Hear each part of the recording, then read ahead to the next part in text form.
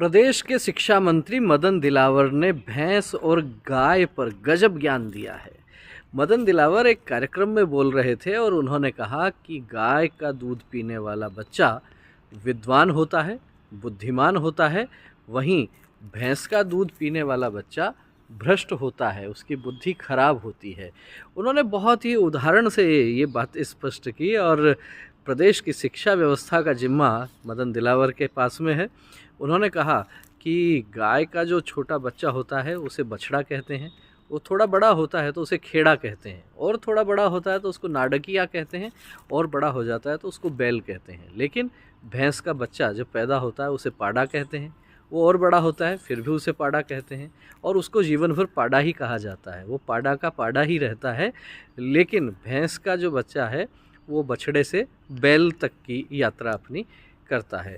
उन्होंने कहा कि भैंस का बच्चा जो पाड़ा होता है वो अपनी माँ को भी नहीं पहचान पाता, उसकी बुद्धि इतनी खराब रहती है। वहीं गाय का जो बछड़ा होता है वो विद्वान और बुद्धिमान होता है।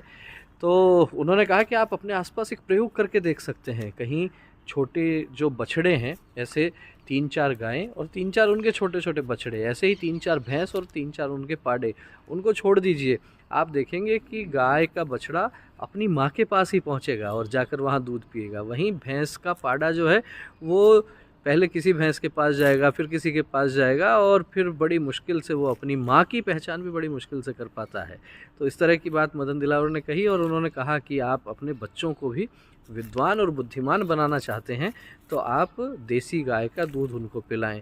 मदन दिलावर गो संवर्धन एवं गोचारण अभियान के शुभारंभ पर ये बातें कह रहे थे। हाड़ौती क्षेत्र में ये कार्यक्रम था, लेकिन गजब ज्ञान दिया शिक्षा मंत्री मदन दिलावर ने गाय को लेके, गाय के बछड़ों को लेके, भैंस और पाड़े को लेके, और साथ ही साथ गाय के दूध के सेवन से व्यक्ति बुद्धिमान बनता है, विद्वान बनता है, ये भी उन्होंने पूरी तरह से स्थापित कर दिया। तो क्या अब ऐसे में ये संभावना जताई जा सकती है कि जो लोग भैंस पालते हैं क्या वे मदन दिलावर के विरोध में आ जाएंगे? क्या कांग्रेस पार्टी इस बात को भी राजनीतिक तूल देने वाली है? क्या लगता है आपको कि गाय और भैंस पर जो बात शुरू की है मदन दिलावर ने, शिक्षा मंत्री मदन दिलावर ने, कांग्रेस पार्टी क्या उसे राजनीतिक लपेटे में ले सकती है?